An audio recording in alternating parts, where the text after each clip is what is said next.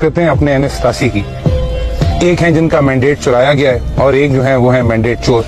तो अब तो बात इसके बीच में रह गई है।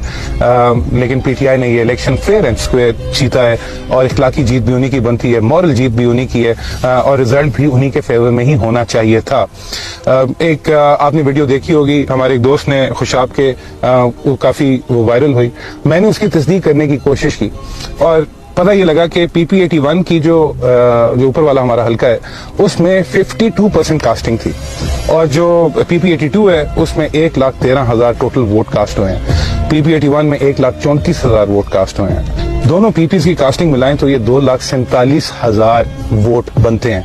लेकिन सतम ज़र्फी देखें, जुल्म देखें, जबर देखें, डाका देखें कि जो NS87 पे वोट पड़ा है वो पड़ा है 2,71,000, यानी कि पीपी के दो सारे कैंडिडेट्स की मिला के तकरीबन 23,000 फालतू वोट जो है वो MNA की सीट पे NS87 पे पड़ गया।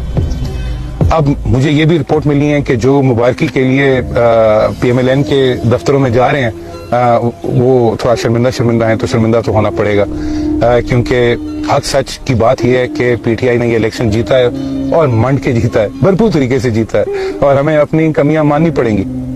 लेकिन इसके साथ साथ मेरा ख्याल है MNA की जितनी सीटें थी पूरे पंजाब में वहां पे फर्क भी लगा है। ज्यादा जोर था PMLN का इलेक्शन के रिजल्ट को अपनी तरफ लाने के लिए MNAs की सीट पे।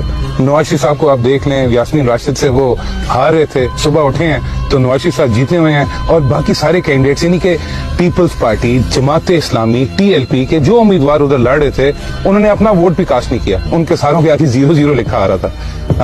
अब आप ही मुझे बताएं कि अगर पीपल्स पार्टी या TLP या जमात इस्लामी या दीगर किसी जमात या कोई इंडिपेंडेंट अगर कोई इलेक्शन लड़ रहा है नवाज शरीफ साहब और यास्मीन राशिद साहबा के हल्के से, तो क्या उसने अपना वोट भी नहीं डाला? तो ये जुल्म है। आप अवाम को इस तरह बेवकूफ ना समझें।